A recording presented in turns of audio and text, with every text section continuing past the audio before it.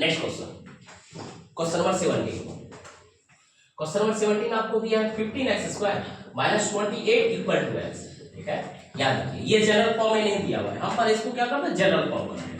ये रहा 15x² minus x minus 28 equal to 0।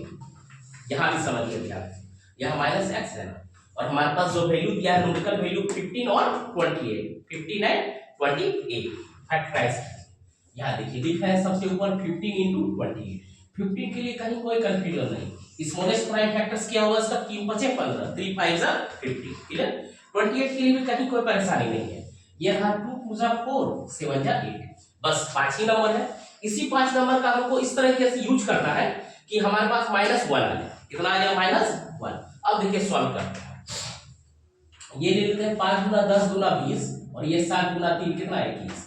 अब इसको अगर आप चेक कीजिएगा तो 21 माइनस 20 1 होगा। क्लियर। अब यहाँ पे इसको अगर फैक्टराइज करके लिख रहे हैं, ये रहा 15x² minus 21x plus 20x minus 28 equal to 0। ये स्टेप क्लियर है, ये वाला स्टेप मेन ये स्टेप है। क्लियर, क्योंकि ये तो क्वाड्रेटिक इक्वेशन हुआ, हम इस क्वाड्रेटिक इक्वेशन को सॉल्व कर रहे हैं। तो 15 और 28 था तो 21 और 20। क्लियर। अब कॉमन ले रहे हैं, कॉमन ले रहे हैं तो ये 15 है और 21 है। 3 के टेबल में दोनों आता है, 3 5 15, 3 7 21, 3 5 15, 3 7 21। क्लियर। कॉमन लिए, ये 3x कॉमन लिए, इनसाइड बचा 5x माइनस 7। यहाँ पे क्या कॉमन लेंगे 4 कॉमन लेंगे, ये हो गया 5x माइनस 7 इक्वल टू कितना 0। अगले स्टेप में 5x माइनस 7 और ये रहा 3x प्लस 4 इक्वल टू क्या हो गया 0। अगला स्टेप में ये 5x माइनस 7 इक्वल टू 0 और 3x प्लस 4 इक्वल टू 0।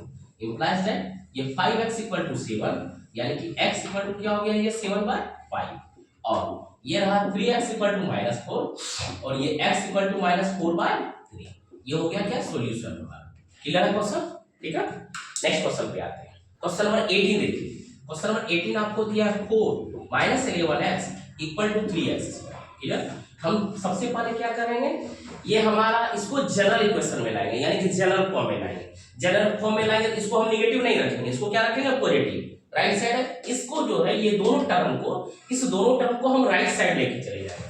जैसे इस दोनों टर्म को हम राइट साइड लेके गए, ये तो एज इट इज रहा 3x²।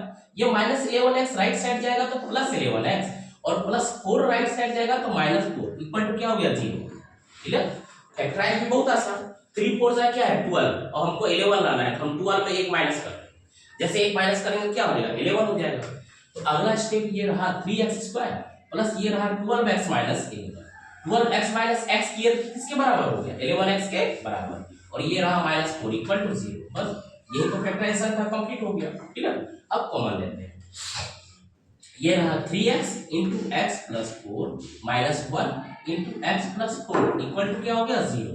अगले स्टेप में ये रहा x प्लस 4 और 3x minus 1 equal to 0।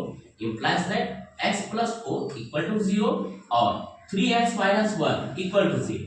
Next x equal to -4 और x यहाँ पे डायरेक्ट लिख दे रहे हैं, x इक्वल टू क्या हो गया 1/3। क्लियर है question number 18। Clear. Next question number 19 देखिए। क्वेश्चन नंबर 19 आपको दिया है, ये रहा 48x² minus 13x minus 1 equal to क्या दिया गया 0। ठीक है, न्यूमेरिकल वैल्यू बड़ा है। ठीक है, न्यूमेरिकल वैल्यू बड़ा है तो सिर्फ घबराना नहीं। ये 48 और यहाँ पे क्या -1 यानी कि -48। 48 को इस तरह से फैक्टराइज करें कि हमको 13 आ जाए, तो 16 3 जा कितना होता है 48 या 16 दिया क्या हो गया 48। ठीक है, 16 दिया 48 और 16 में 3 माइनस करेंगे तो 13 यानी 16 माइनस 3 क्या हो गया 30। वही चीज तो हमको लाना है। तो ये हो गया आपको 48x² माइनस 16x और प्लस 3x। देखिए -16x और प्लस 3x किसके बराबर हो गया -13x के बराबर और लास्ट जो कांस्टेंट टर्म है -1 as it is.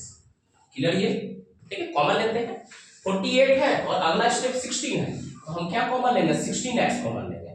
16x common लिए 16 दिया 48। ये रहा 3x माइनस 1 प्लस यहाँ 1 3x माइनस 1 इक्वल टू क्या हो गया 0। नेक्स्ट स्टेप हो गया 3x माइनस 1 और 16x प्लस 1 इक्वल टू कितना 0। अगला step 3x minus 1 equal to 0 और 16x प्लस 1 इक्वल टू 0। अगले स्टेप में ये रहा 3x इक्वल टू 1 यानी x इक्वल टू हो गया क्या 1/3 और यहाँ पे 16x इक्वल टू -1 और x इक्वल इक्वल टू -1/60। ये हुआ क्या आपको x का वैल्यू, ठीक है। लास्ट क्वेश्चन देखिए, क्वेश्चन नंबर 20। चलिए क्वेश्चन नंबर 20 रूट का सवाल आ गया, ठीक है। ये रहा x² प्लस 2√2x और -6 इक्वल टू क्या है 0। अब यहाँ पे क्या है स्क्वायर, ठीक है।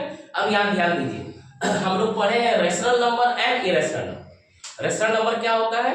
ए number which is in the form of p by q where p and q are integers and q not equal to 0। irrational number क्या होता है? the number which is not in the form of p by q।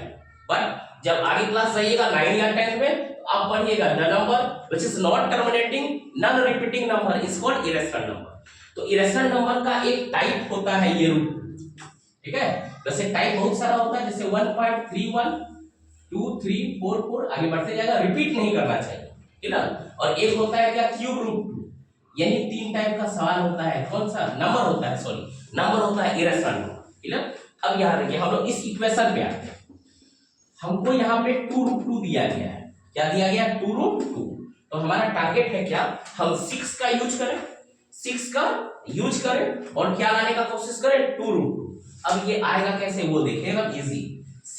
6 को prime factorisation कीजिए, क्या हो गया? 2:3, 2 × 3, ठीक है।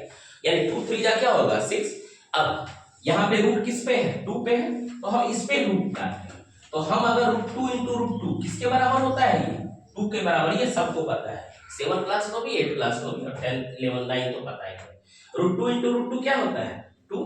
तो हम 2 पे क्यों रूट किए? क्योंकि यहाँ पे √2 दिया हुआ है। अगर यहाँ पे √3 दिया रहता तो हम 3 पे रूट करते।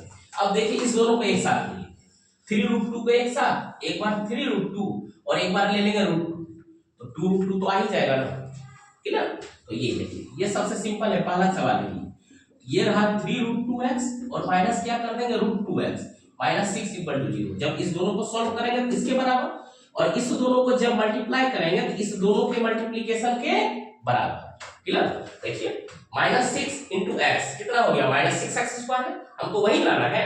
यहां देखिए सबसे पहले साइन प्लस माइनस क्या हो गया? माइनस 3√2 × √2, तो √2 × √2 क्या हुआ? 2, और 2 3 जा क्या हो गया? 6, और x × x क्या हो गया? 6x²।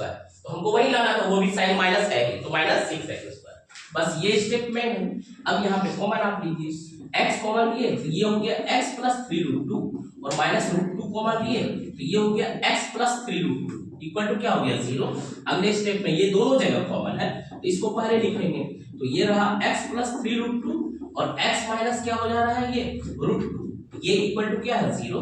नेक्स्ट स्टेप में हो गया ये x + 3√2 = 0 और x - √2 = 0। अगले स्टेप में ये x = हो गया -3√2 और यहाँ पे x का वैल्यू हो गया √2। क्लियर है सारा सवाल? ठीक है, 8 क्वेश्चन पे क्लियर सारा, कॉपी कीजिए।